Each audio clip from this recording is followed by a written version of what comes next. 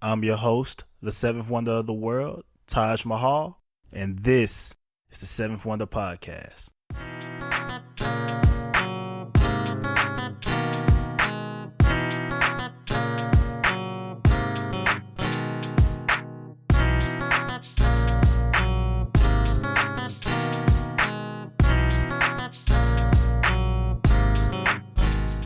What's up, everybody? Welcome to the 7th Wonder Podcast. My name is Taj Mahal. And I'm Aisha Go. What's up, everyone? How's everyone doing? Let me put a little pause there.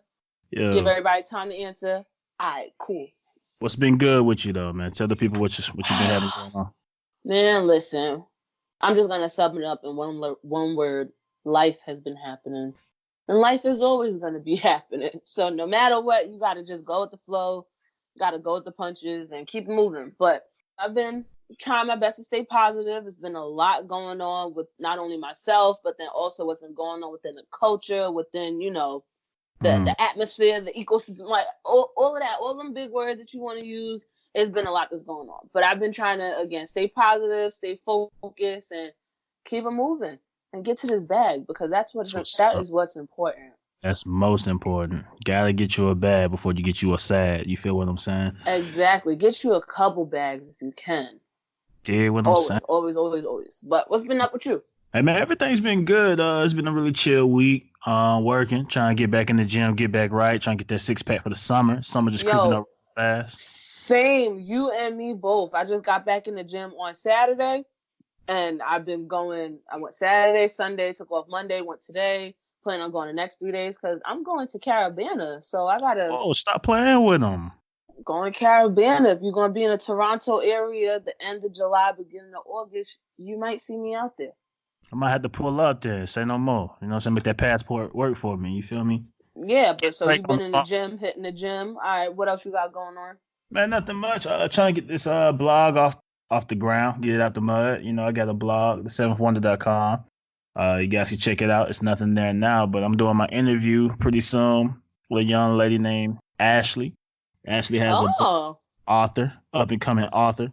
So I'm very in tune with doing that and getting that off the floor. And no cap, man, I'm not gonna lie to you, man. I just want to get that six pack. That's really the most important thing on my mind. That's really you like first and foremost.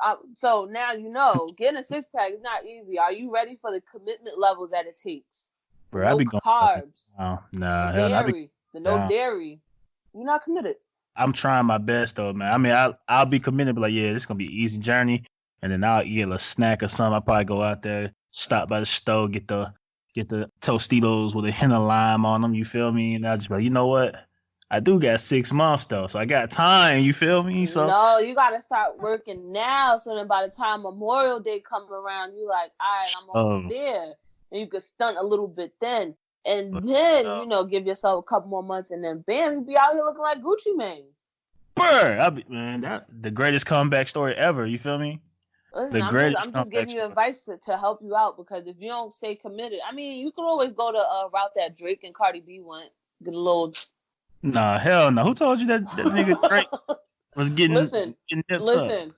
Nobody told me that, but if you look at Drake's stomach and you look at Cardi's stomach, they look the same. And Cardi is admitted to getting lipo. So I know 2 + 2 = 4. Man, I don't think the 6 guys out there going that deep into the game, man. You feel me? I don't know. Pusha said he was going to peel it back layer by layer. Maybe he was talking about Drake's fat. I don't know. Come on. Where we going? Where we going? We do not know. We need answers, but you got it. You'll get your 6-pack. Slowly but surely, man. But slowly but surely, and not the Drake way. Yo, on another note, because I don't want no problem with the OVO camp. Look, man, I'm over here talking crazy like I'm not trying to get into Canada. I'm telling you about it. You have definitely denied now. How you gonna get there now? You're definitely not. No tunes on your head top no more. Oh man, I can't see him turn the 9 upside down. Okay, I need to stop. Okay, all right. Don't encourage me. Okay, let's move on to another topic. Let's move on, man. Honestly, though, a lot has happened since the last time we spoke. First and foremost, rest in peace to Kobe Bryant and the 9 passengers that were on the Yes. passengers that were on the flight with him. Yes. So rest in peace to Kobe Bryant, Gianna Bryant, Alyssa Altabelli, John Altabelli, Carrie Altabelli, Peyton Chester, Sarah Chester, Christina Mauser, and Ara Zobania. Sorry if I gotten any of the names wrong, but me and Taj really just wanted to make sure that we highlighted everyone's names and all the victims of the crash, because there are multiple families that are affected, friends that are affected, the community that's affected with these people no longer being here. It's important to highlight all of them, because I know when things involve Mhm. celebrities or people that, you know, have those like big names, we tend to forget the others that were impacted and affected as well. So I wanted to make sure we mentioned 100%.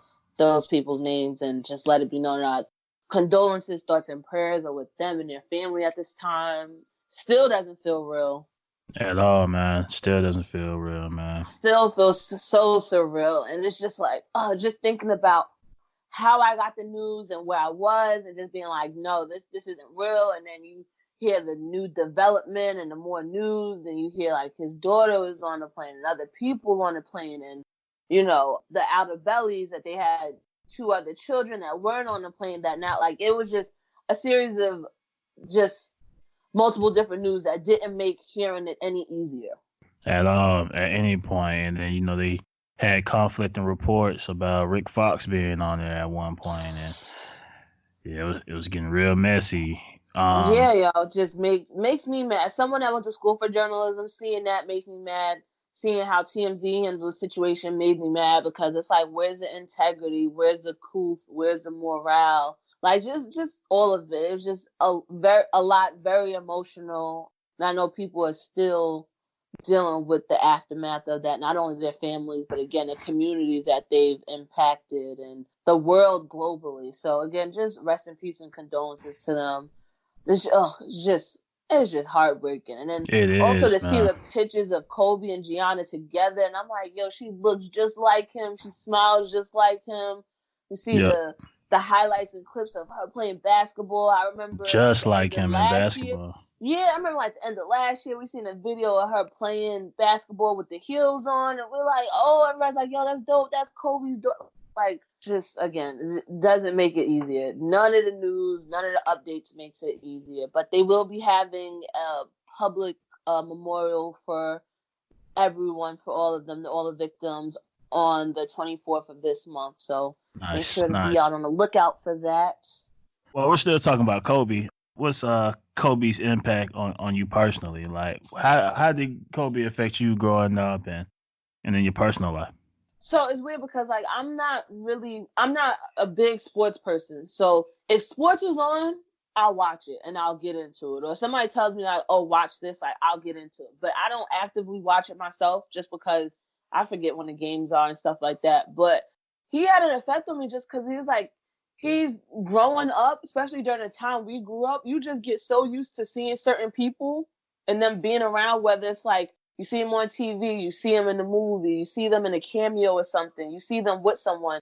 You just get so used to seeing them that they like inadvertently have an effect on your life without you actually realizing it. And I think sometimes we just take things for granted because we're used to seeing people and we're used to people being around, that we don't really get a chance, like as people say, like give a chance to give them their flowers while they're here and appreciate Mm-hmm. them while they're here. So like, Mm-hmm. you know, like whether it's talking about Kobe or talking about Nipsey, it's just like it hits you afterwards when you're like, yo, why didn't I pay this person more attention? And it's not because you didn't like them or you didn't think that they were great at their craft and what they do. I think sometimes we just get caught up in our own world and our own problems, that we don't see nothing else is going on around us. We don't take the time to appreciate the good that's going on, the people that's around. And yeah, it's just, again, like situations like this is always like you really learn to appreciate what the person has done once they're gone.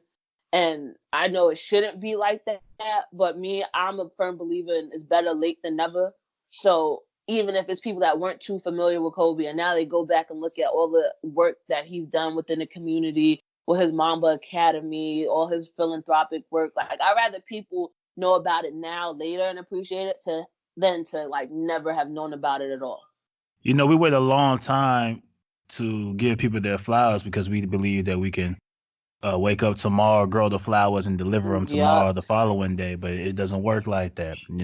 There's no telling when somebody's last day is and when they'll be doing eternity forever, when that will be coming. So it's best that you always tell the people that you love them. As far as Kobe, Kobe was monumental. He was bigger than the world, man. I mean, it's Yes. Kobe Bryant. He was so influential. Though he just played basketball, his impact across the globe is tremendously felt. We all wanted to be GOATs. First it was Jordan, but for a lot of kids they grew up, it was Kobe. If it wasn't for Kobe, a lot of us. Oh, of course. What, you in school or you like trying to shoot something in the trash? What Come you say, on, right? Kobe? Come on. He Me changed. He too. Like, changed the again, like, game it's with just it. something that, like, I myself did too. I was like, oh, Kobe, LeBron, and it's just something that I just did naturally. That, like, again, like, I didn't really sit there and realize, like, yo, do you realize, like, we just turned this man's name into a noun? Like, You know what I'm doing a saying? Kobe is a thing now. Like, again, it's just one of those things you kind of often overlook and take for granted. 100%. We all wanted to have that confidence like Kobe. We all wanted to, have that go get 'em mentality. Dedication, It, absolutely, so, discipline.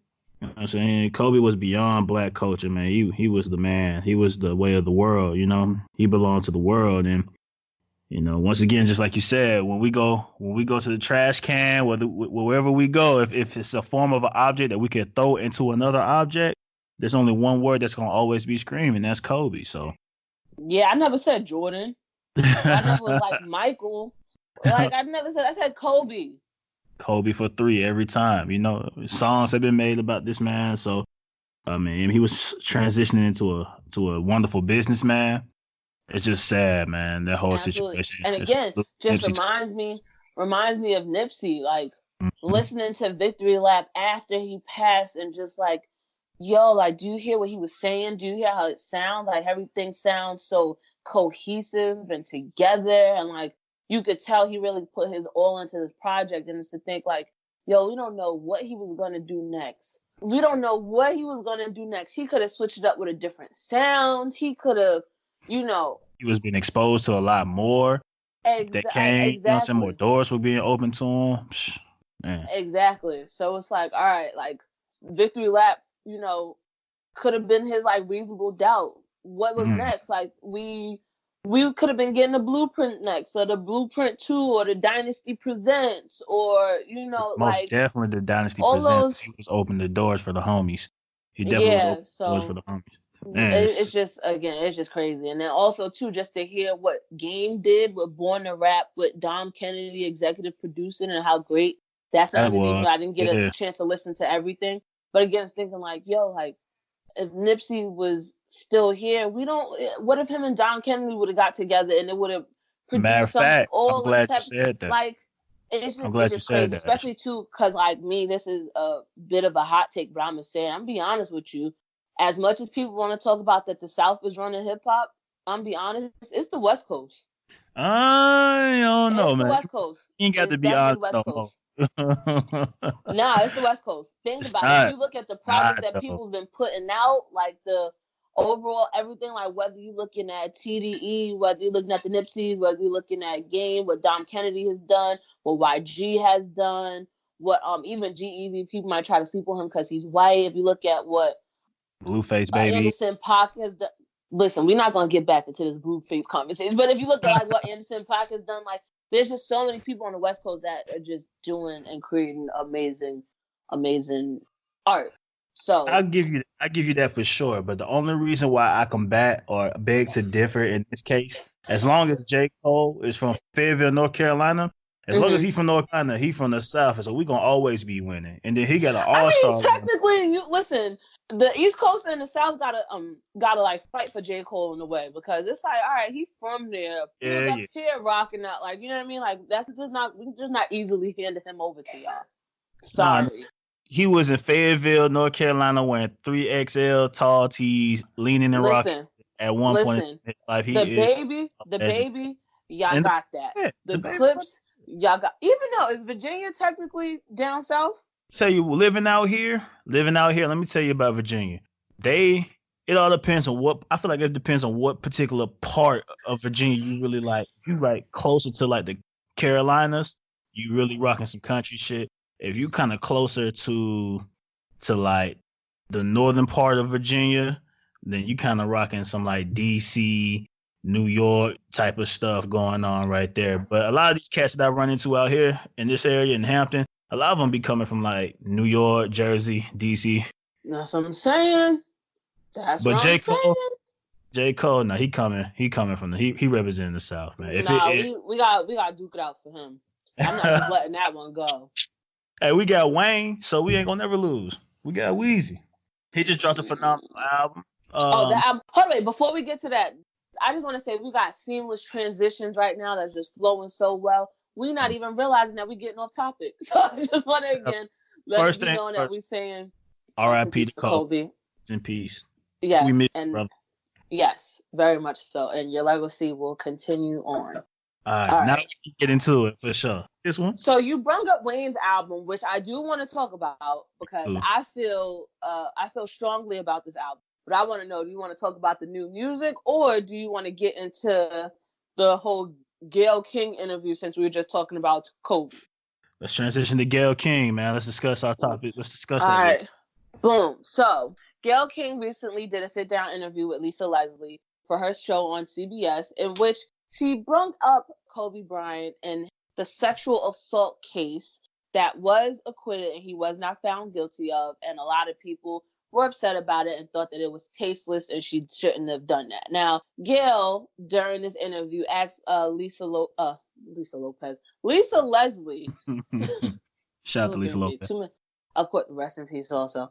But she asked Lisa Leslie if she felt as though Kobe's legacy and what he's done has been compromised because of this case. And people were upset too because Lisa gave an answer to Gayle's question. It seemed like Gayle was still pushing this narrative of like, no, but he did this, or like we should see him differently because of this. Now, a lot of people have voiced their opinions about this, especially, Uncle Snoop has some choice words from Gayle in which he called her, I don't want to repeat it because even though I know like this is us to talk about the news, Gayle is still an older Black woman, or older woman, and I still gotta have respect. Like I don't even curse around people that's older than me because I know back in the day you got a quick backhand slap to the face. And you couldn't even say that you a lie. I couldn't say you can't even call nobody a liar. Lying. You know what I mean? Not from the old people.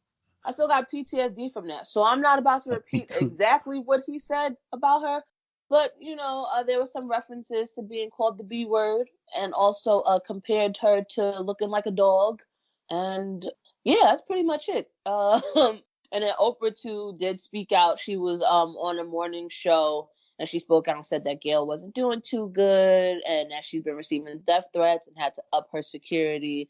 And now this whole interview has led us into like different conversations when it comes to how Black men talk about Black women, and was Gayle wrong for this, and is Snoop wrong, and a lot of it is just spiraled off into other conversations, and it still distracts from the fact that a father is not coming home to his kids, a husband isn't coming home to his kids, a daughter isn't coming home to her mother. Like, you know what I mean? Like, I feel like it's overshadowing the fact that at the end of the day, lives were lost, and we need to be uplifting the people that lost these lives and that are hurt, and not tearing each other down about this.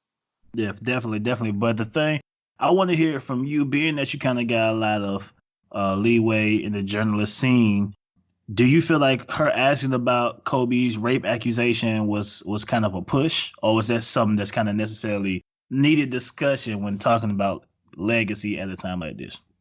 I think that it was a push, especially because, like Lisa said, he was around years after this happened. So there could have been times when you could have spoken to him personally and had this sat down interview. Also, too, this happened less than 2 weeks ago. So you're making families and people relive this hurt and this pain, this grief and trauma that they're going to have for the rest of their lives, which is very distasteful, especially when you think about the circumstances as to how the tragedy happened. And also, too, again, it seemed like Gayle was pushing it. So she's like, okay, Lisa, this happened. Do you feel How does this affect you as a woman and a woman in the NBA?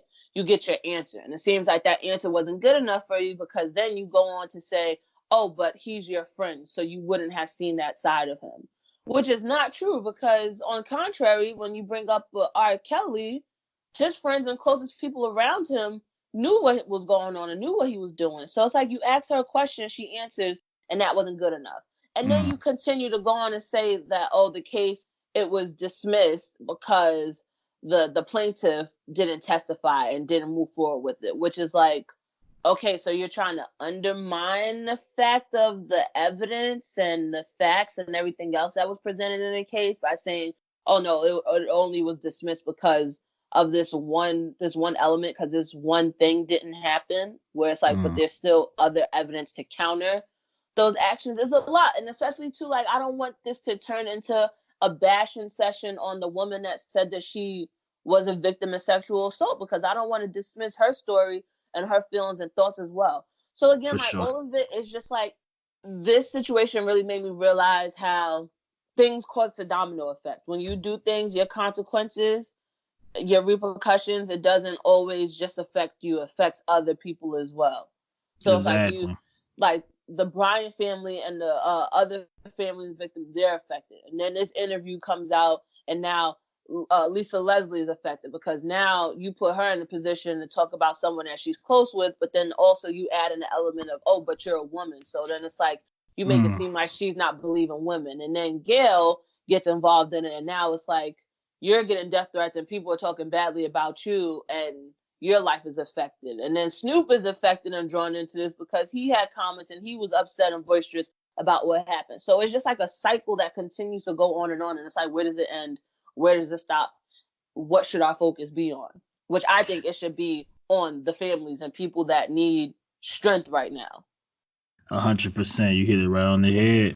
Man, it's so touchy when dealing with subjects like that. But also when you want to be a journalist and your goal is to seek the truth, you want to be as fair as possible. You don't want to seem like you're taking anybody's side. The way that she questioned Kobe's legacy by kind of, like you said, pushing at, it's pretty much showed that she didn't believe that the homie was innocent. Like, yeah, to me. And she tried to get her friend to kind of be like, yeah, as a woman, want to agree that, you know what I'm saying, Kobe not innocent.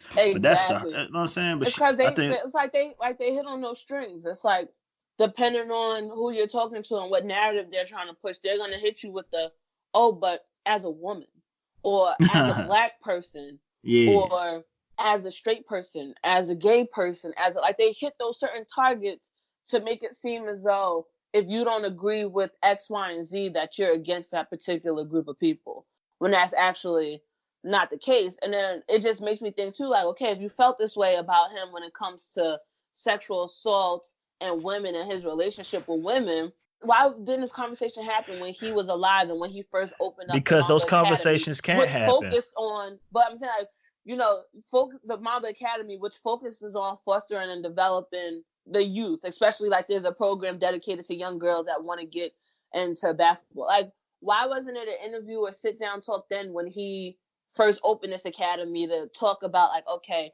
what's your mission behind this? Like, why is this so important to you? You know, people might feel X, Y, and Z because of the past allegations in the case against you. How does that make you feel? How does that make you feel as a man that's currently going to be working around young girls or in a field of predominantly women? Like, how do you let them know that you're an ally? How do you gain their trust? Like, that's a conversation that could have been had again while he was here and while he was doing those things, as something to clear the air right then and there to allow people to move forward. Like, don't bring it up now that he's not here. Sometimes, like, I ask a lot of questions and it confuses me. And I'm all for journalism, but the journalism has to make sense. The questions that you ask have to be relevant to what's currently going on, or the point of focus of the interview. For sure. But when we ask things like, well, how come you didn't ask that question when Kobe was alive? There's no guarantee we could have got a sit-down conversation interview with Kobe where we could sit down with him and ask him those questions. Prior to him passing away last year when he won the Oscar, I heard that there was talks with, you know, some people protesting him kind of winning because of the rape allegations then. But Kobe has the right to either sit in and discuss the issue and not discuss it. that point in time in his life prior to him passing, or being that it's been X amount of years beyond the accusations, he's not gonna sit down and talk about this stuff because this not where his head is at. It's not where he wants to be. And unfortunately, I'm pretty sure in Kobe's schedule, just like a lot of us, we don't ever plan on passing away so soon in the manner that Kobe passed. So he wasn't thinking about sitting down and trying to clear anything up. He probably felt as though he did state his case whenever he stated it, and he didn't want to talk about it anymore. It's just that now that he's gone, maybe we shouldn't even be talking about this type of stuff. He's not even here to defend himself, so we gotta let it go. Yes, and then a defense argument that people bring up all the time, which I agree with, is like, look, if we gonna be like this, then we gotta be like this across the board with everybody. If you want to bring up the past and skeletons of people that are no longer here, then you got to do that for the white counterparts as well. Or if you want to bring up the people that are alive and things that they have done wrong, like a Bill Cosby, then you got to talk about the Harvey Weinsteins. You got to talk about the Roman Polanskis. Like you got to talk about everyone. You can't be selective. You can't. 100%, man.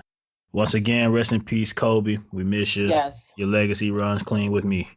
Moving on though, we can go to the next thing. Yeah, let's here, go man. to a lighter topic because that was. Yeah, it gets dark, right? Yeah, that's kind of heavy. I'm not gonna lie to you. It's complicated and it's just a lot. It's just because it's still early, you know what I'm saying? We still mourning, but we could talk about Wayne. Let's talk about the Weezy album Funeral. Yes, so Lil Wayne released his latest album Funeral. Was it this past Friday? No, 2 Fridays ago. Correct. So the Friday before Grammy weekend. Yes, the end of January. I gotta admit, how you feeling? I'm feeling this album. Me too, dog. Me too. I think this album is better than Carter 5 because for me, Carter 5 sounded super dated. Yeah, it was very long, and I just wasn't feeling it. It was too much. Again, it was dated. It was too much anticipation behind this. This was just like a surprise drop, and hearing Wayne on Funeral, I'm like, yo, this is Wayne back in his element. Like, this is Wayne sounding great. Yeah.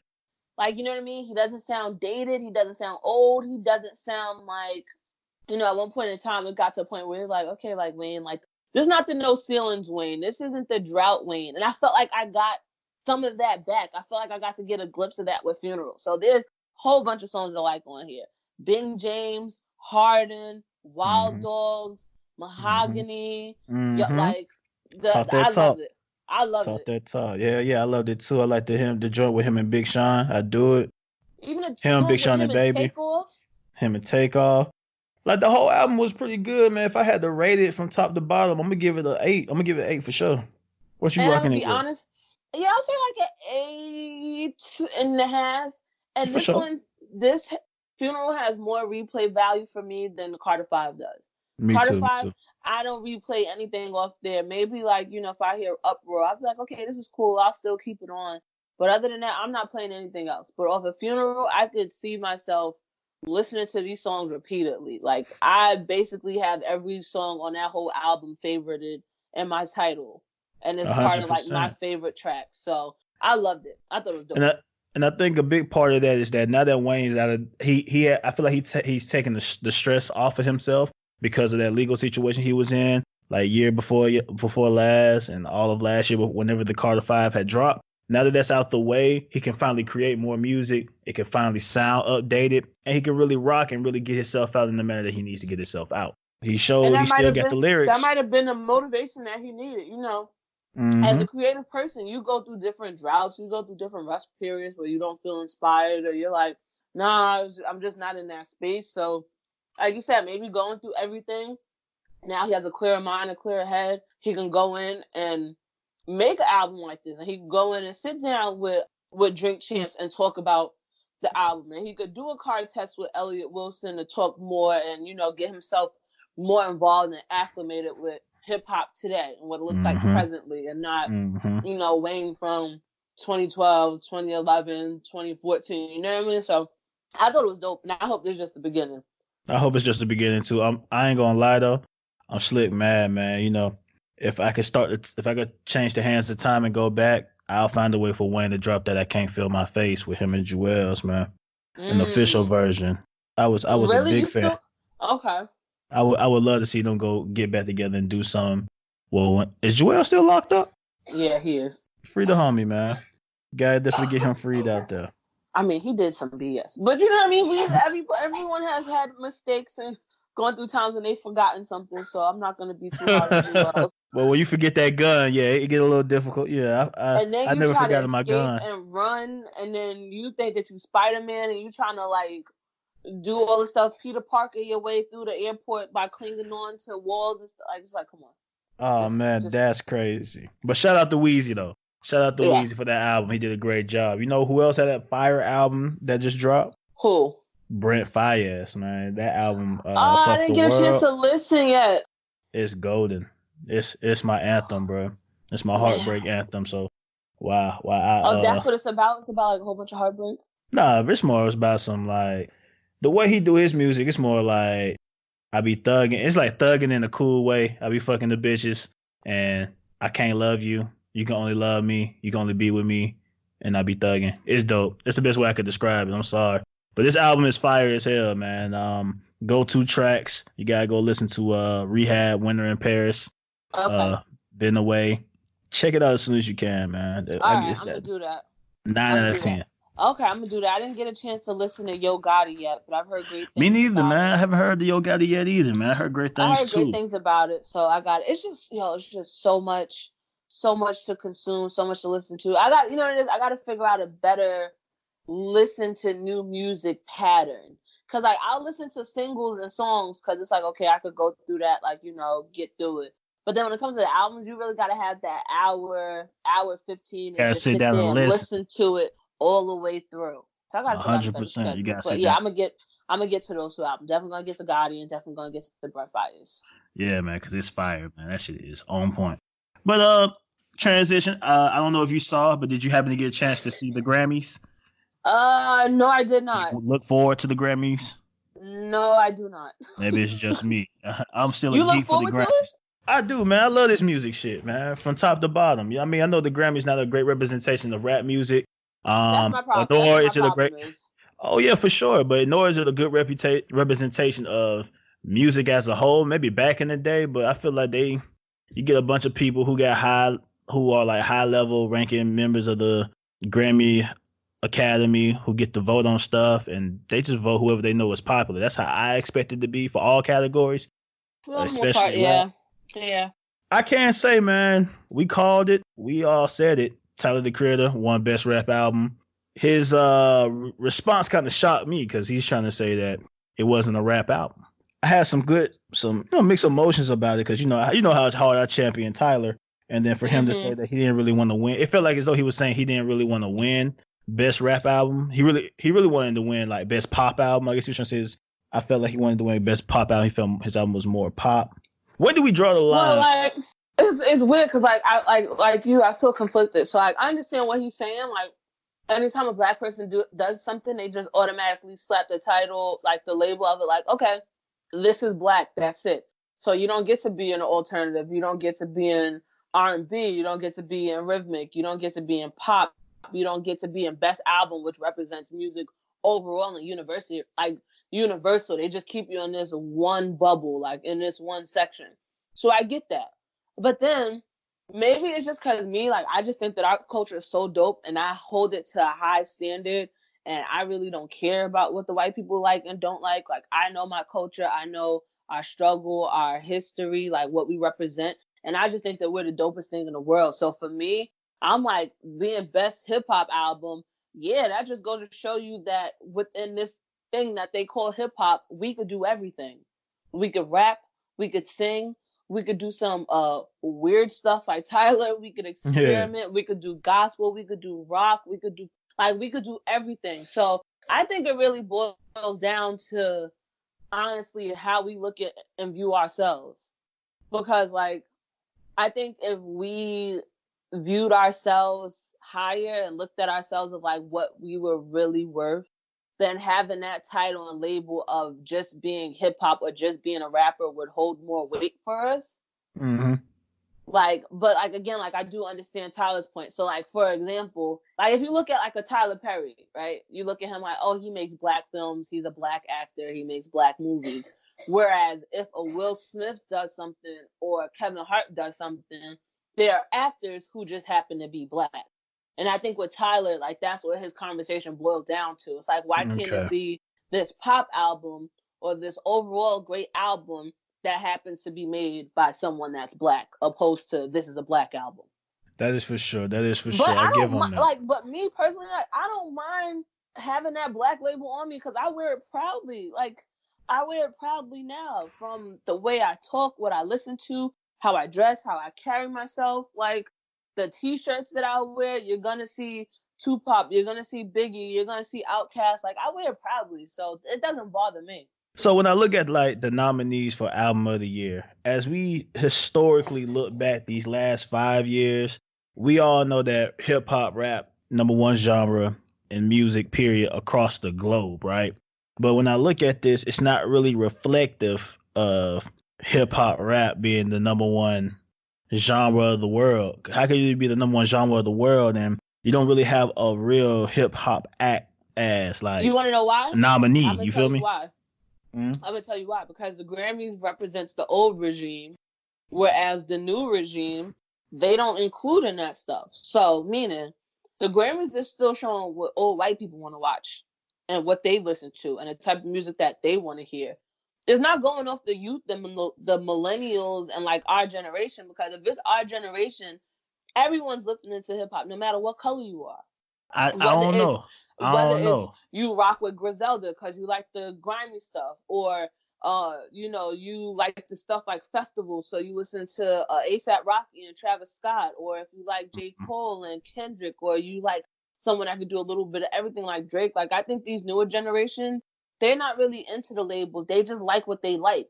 And that's how hip hop is the number one genre, and it's not reflected in certain areas where you see that it's still the old regime taking over, doing things the old typical way and not adjusting to the new climate and how things are done today. Well, this might be a new old regime though, because looking at the nominees for this year's album of the year, you got Lizzo, you got her, you got Vampire Weekend, you got Lil Nas X, Bon Iver, Ariana Grande, Lana Del Rey, I Billie didn't even Eilish. think. All that shit would have been like Lana Del Rey, Ariana Grande, Vampire Weekend. They usually whatever, but to have her on there, somebody in there kind of listening. You know what I'm saying? Somebody. It ain't somebody old listening to her. I can't imagine 85-year-old Jim Dean listening to her, you know what I'm saying, and picking her I on to mean, be a nominee. Somebody out there, there's some younger people out there who kind of listen, who kind of understand the game. So I wouldn't say it's old white man. When I picture this, I picture old white man kind of running these academies, but I don't think it's just old white man running this anymore. I think it's like younger white men, white women, black women kind of but then running you this right gotta. here. All right, so I'm not saying that when I say old regime, I don't mean like the old people are the ones that's currently listening to it, but the Mm, old regime has a certain way of doing it, and certain people that are their quote unquote ears that report back to okay. them Okay, what's hot got and you. Got what you. should be going, and their ears are often people that have relationships with certain labels. So certain artists from certain labels you see are nominated for certain awards. So like a Got Little Nas X, even though yeah he's new and he's young and he's been rapping less than a year and he had the biggest song ever, he It's signed to popularity. Atlantic. He signed to Mm, Atlantic. Atlantic got ties and connections. Atlantic is a huge machine. Like Cardi's on Atlantic, or mm. like you see, I think Lizzo is on Atlantic too. So I'm not saying that the old 85-year-olds are listening to Billie Eilish, because I mean I don't even listen to her. I only know one song that she got, and that's because She hot though. they played in the bathroom, like when you in like the mall in certain places. But like I'm just saying, like the old regime, they have their certain way of doing things. They got their way of being quote unquote tapped in, and they have their ears and people that report out to them, and those people I believe it's because they have connections and rapport with people at record labels, which you then see trickle down to which artists are being highlighted, or which artists get to perform, or which artist has performed 2-3 years ago and then now 3 years later they're nominated for an award. Okay, that's for sure. AKA politics. Politics. Exactly. It's safe to say though the Grammys more politics than it is anything else, right? Yes. I mean, but that's business, right? That's business at its finest, especially the music business. Because with the Grammys, all it turns into is like, okay, let's see who's nominated. Whose name can we bring up to get people to watch? Who can we Mm, have come out and perform so people can watch? Who can we have actually accept an award that people will watch and they'll talk about? Like, it all boils down to politics, business, and money. 100%, man. Can't be wrong on that one. Well, I like that little conversation. That felt real good to me. Me too. I like that. A very informative conversation. Now, inform me with this Nicki Minaj and Meek Mill beef. What's going on with that? Oh my gosh. Okay, so this is one of the beefs where typically I would like it because it's really over something stupid and petty. But because both these people could take it What there, is I it don't about? like it. Listen. But because both these people could take it there, I don't like it. So it all started. So, Grammy weekend, Meek and Nicki and her husband got into it.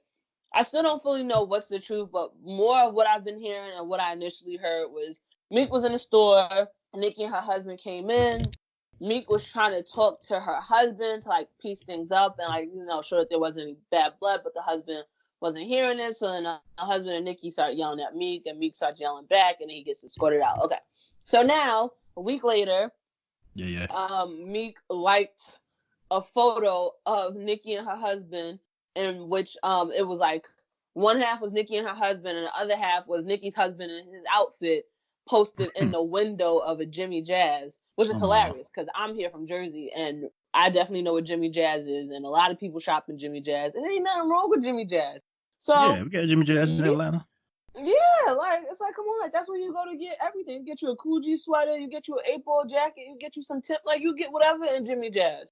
So Meek liked it, and as social media does, as the Shade Room does, they highlight when people like certain things, and Nicki must have got wind, and she started posting old pictures of Meek in his outfits and was calling him a clown. And I'm not gonna lie, the outfits that he had on were very questionable. He had on some like pants with his ankles out in a man person, but that was old Meek. I can't judge him for that now. He's different now. So then, she starts going in on him and talking about how he mad because, like basically like he mad because he still want her, and then Meek is going back and forth with her, and then they start bringing up very serious stuff, like Meek's talking about her brother's rape case and said her little brother was touching on a girl too, and Nicki brings up domestic violence and said Meek had assaulted his sister and assaulted her also, and it just got really messy really quick. But one of the positive things that we did learn from all of this is that Meek and Milano are in a relationship. Yay! I peep game on that. They are expecting a baby. Congrats to both of them. Wish them nothing but the best. Knew, though. Healthy. I know, like we knew, but they, in the heat of the moment, it came out. So I want to wish her a healthy pregnancy, healthy and safe pregnancy. And then, like, basically in a nutshell, all of this is all over nothing. I think Nicki and Meek need to both stop talking about each other because y'all both have moved on. One of y'all is married, the other is expecting a baby. Meek, you have done nothing but grow and prosper since before when you in your Twitter finger stage. So I don't even know why you stepping backwards by doing this. And Nicki, you're Nicki Minaj. Like, I think sometimes she forgets that she's Nicki Minaj. She ain't got to go back and forth with nobody, bro. She Nicki Minaj. Nobody. And I hate seeing her do this because as much as the Barbs like it, I hate seeing her do this because it really makes me feel like people are laughing at her and not with her. And I don't like seeing her like that, especially when she's going back and forth with other Black women. I feel like her fan base gets a kick out of laughing at her, how loud she can get and how disrespectful she can get. And I'm just like, yo, you are so much better than that. Like, I think so highly of you. I think that you should be the next person performing that Super Bowl headlining by yourself because these 10 years, you've been consistent. You've put out great music. You've taken women in rap to a whole nother level. And because of you, there's going to be someone after that can go even higher than what you did. Like, that's how much I think of her. And she just does stuff that's like the opposite. And I'm just like, yo, you don't need to do this. We human at the end of the day. No, it don't got nothing to do with no. Fuck beyond that. The human part. No. She is a superstar. You do not see Beyonce acting like how she acts. You don't see Rihanna acting like she acts. Stop. You capping. No. Beyonce go make a whole fucking Lemonade album, go talk about all this shit. But she turns it into art. You don't see her out here calling men the B word and calling them hoes and screaming loudly, talking about Harry Tubman eating rice. Yo, chill out. You ain't never heard Beyonce talk about Harry Tubman eating rice or black eyed peas. None of that. And I'm just like, yo, Nikki, why are you doing this? I don't know where that came from. I'm not gonna lie. I ain't never heard Nicki talk about Harriet Tubman, though I heard people talk Are you about listen, or even like with this her. whole Right. and yikes, the Rosa Parks line, and it's I ain't like, even hear okay, that shit. she said, "You bitches at Rosa Parks, get your ass up," and people were upset because the snippet came out the day before Rosa Parks' birthday, and it's Black History Month, and you knew why Rosa was sitting down. It's just like, Nikki, why would you do this? But even her response to that was crazy. She was basically like, "Oh, if I hurt your feelings, I don't care." And it's like, Yo, hip hop has a big history with like Rosa Parks from Outkast to Nicki, I guess, bro. But and guess what? Rosa Parks' they, family was mad about Outkast too, and they oh, wasn't saying it disrespectfully. they weren't even saying it disrespectfully. Exactly. You know what I'm saying? Oh, what kind of they were? I had hush that fuss. Everybody moved to the back of the bus. So they That were like, song is hold up. fire. I'm sorry. It was though. Shout out to Cash though. Man, but yeah, that's crazy. And then her response, "Oh, if you mad, I don't care." It's just like, Nikki, you don't need to be talking like this. You don't need to be acting like this. And then also too, one day you are going to be that older elder, and someone young is gonna think that it's okay to disrespect you. You're gonna be that person that people gonna be like, "Oh, she washed, whatever." Like I can say whatever about her, and it's like, it's just not nice. Yo, now that you brought that up though, you know what that mean? Is Beyonce gonna ever get to a point where niggas gonna be like, yo, you wash? You think that'll ever happen? No. Nah, ain't nobody gonna come for Beyonce because the niggas who represent Beyonce kind of crazy. Well, that, and also too, she reinvents herself, and I think another thing too is she doesn't oversaturate the market with her stuff. So she's putting out an album every 2 years. She's not dropping all the time, or she's not a feature on everybody's thing. It's not like you see her all the time. I think when people see you all the time and they get used to seeing you, it's like they just be like, okay, like it's just too much. Sometimes you gotta leave and make them miss you a little bit. That's for sure. These are facts. I do agree. I do agree. But yeah, I don't see Nicki ever getting to a point where niggas gonna be disrespectful to her. You know, she do be saying Are you some wild serious? shit. I don't know, bro. I don't think so, bro. You don't think when she gets 50 something, and listen, when she gets 50 something and Bad Baby done got her, how many streams of platinum plaques received from YouTube, that she gonna say something like, "Oh, you bitches coked up, Nicki Minaj," like whatever. Not saying Nicki's on coke, but I'm just saying, like, there's gonna be someone that comes after you that could say something that could be construed as disrespectful, and you wouldn't like that. And That's guess what? human nature, bro. Everybody gets older. You know what I Exactly. mean? Like you can't think, oh, just because you that bitch right now that you're unstoppable, nobody could do nothing. No, time is ticking for all of us. One day you will be older, and people, who knows what they will say? Who Bruh, knows?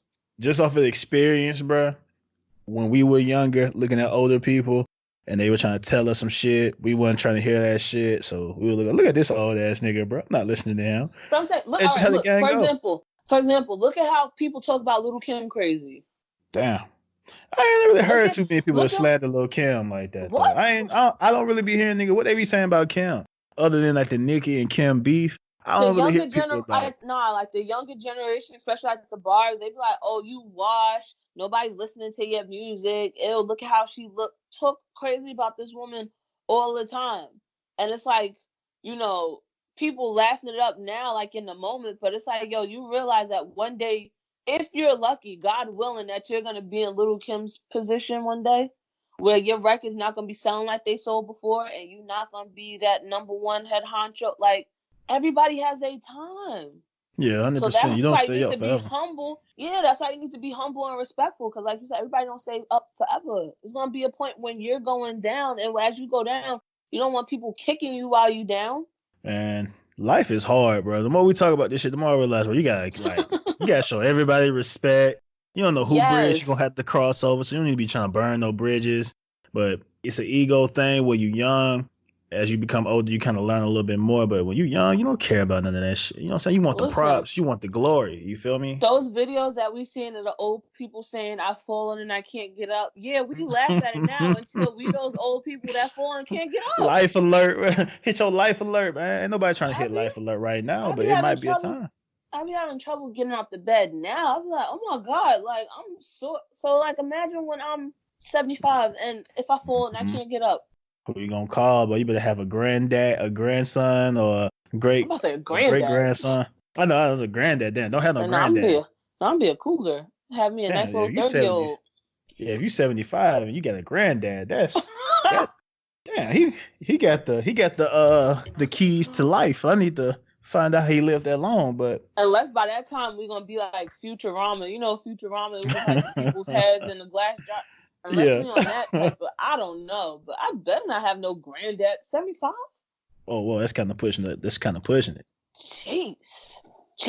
But I don't even know. Oh yeah, we was talking about We talking about Nikki, yeah, we Nikki talking and about Nicki and Meek. yeah, we be going off a tangent, going crazy.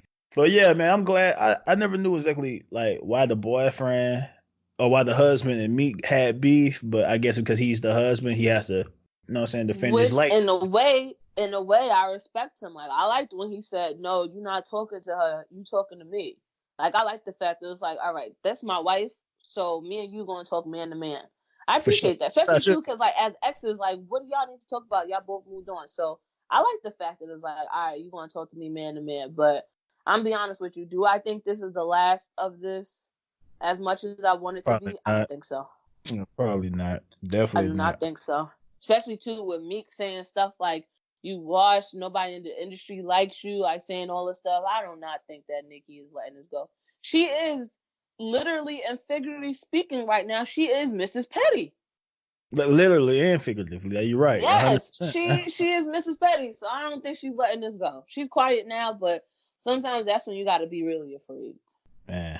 But shout out to both of them living prosperous careers Man, I and just want both great of them to be things. great. I want Yeah, both of them man. to be great. I know Nikki talks a lot about having a family. I want her to go have family, have kids, just be happy, and again, just really be able to look back at herself and be like, I am Nicki Minaj, without having to shit on anybody else. Like, just be, I am Nicki Minaj. And she could do that now. It's Nikki. You feel me? She don't need to compare herself to nobody. She solidified her spot. She did her story. She winning now. That's Yeah, that. again, I think sometimes she just forgets. Like, yo, you realize you got like 110 million followers on Instagram? On Instagram. That's crazy. She can Wow. start rapping today, man. She can come out with like a Nicki Minaj chopsticks or something, and like she got more than enough people to sell that shit to. So she don't really need this rap shit. Like she good. She got a whole lot. She got a great story. Both of them need But to just that's move enough. on. Get your barbs to be going crazy on people. It's like, yo, you could be using that power to do so much other stuff. So much other stuff. Why do you be having the barbs attack people and putting unicorns and comments and Yeah. doing all this crazy stuff, stalking people, leaking people number? It's just like Yeah, they leaking like, people a number. yeah, the barbs are crazy. They are How crazy. how they get niggas number to start with? Listen, people know people. You never know who's an undercover barb. You know how they were saying like you don't know who's an undercover MAGA supporter. You know, like people around. Yeah. You don't know who's a barb. That's You crazy. don't know. That's crazy out here, man. Yeah, man. Well, I don't run out of things to talk about, man. I don't have nothing else to kind of jump into. I don't What you think want to I talk? do either. Like it's been again, like it's I don't know. It's been stuff happening, but then there Nothing hasn't really been stuff happening. happening in a You feel weird me? way. So yeah. Guys, I appreciate y'all listening to this episode. What you are gonna say? Be in tune with the 7thWNDR.com website. I'm building it up. It's a blog dedicated to artists, creatives, entrepreneurs. If you got something that you want to send out to me, get in contact with me. Taj H. Daniels on Instagram. TajDaniels@gmail.com. Tell me what you got. Let's set up an interview. Let's work. You know the vibes. Yeah, man. So ITS Aisha AYESHA go on Instagram, Facebook, and Twitter. Even though I haven't really been on anything, but I'm getting better, y'all. I'm trying. It's a process, okay? It is not easy for me being a person that is typically very shy and very quiet. It's not easy for me Very to be on. shy. Yo, yes, Very quiet. yes, I am. Uh, I am all of these things. Like anybody, if you see me outside or like you'll see me. I'm very reserved, quiet. I don't talk. But if you start talking to me about hip hop and music, you won't get me to shut up. Yeah. Have you guys seen her on Instagram? And how she be posing in pictures and shit? Nah, bro. So first of all, those listen, even those be a struggle, okay? Mm. I'd be like, oh my God, I can't keep taking no more pictures. I'd be like, whatever, I'm just gonna pick one and that's it. And it's you not easy for me. Like it's weird. Me being, I don't even like taking pictures. I don't like being on camera. It's a process, but I'm trying, y'all. So bear with me. Oh, one last thing I wanted to say before we get out of here too. Everybody, when you get a chance, check out this artist named Chica. She's a singer / rapper. She has a video on YouTube under Vivo Discover. It is Chica? Her name is Chica. Chika. Oh, I know who Chica is. Yeah, she's dope. Chica, hella dope. Y'all go check out Chica for sure. She is very, very dope. Yes. Definitely. Well, oh man, I'm as we're talking, we don't gotta talk about this. We can talk about this next week. But as I'm talking, there's more drama happening. Supposedly Superhead is married and having a baby, and her baby father is threatening suicide. I saw that. Saw that. Child, I can't keep up, and it's getting late. But yeah, you know what? Let's table this for next week, because that way we'll have more developments and be able to give people I got more info. Yeah, full story of what's going on. You're 100% right. Oh, and Janet Jackson coming out with a new album, doing a tour. We could talk about her legacy too. I can't wait to. Hopefully, she get a good diss track on there against Justin Timberlake. Really? Yeah, you think so? What, you pulled my breast out and I got banned from the Super Bowl, but yet you out here performing and in the woods and making disgusting looking Jordans that look like people just stepped in mud? Yeah, I'm mad. In Drake's voice, I'm upset. I'm upset. I'm upset. But yeah, so all right, so yeah, we'll talk about all of that next week, because I'm sure there'll be more happening, more to discuss, and yeah, man, just keeping up to date with what's going on in this crazy world of hip hop. Yes, indeed. It's the 7th Wonder Podcast. We out. Peace.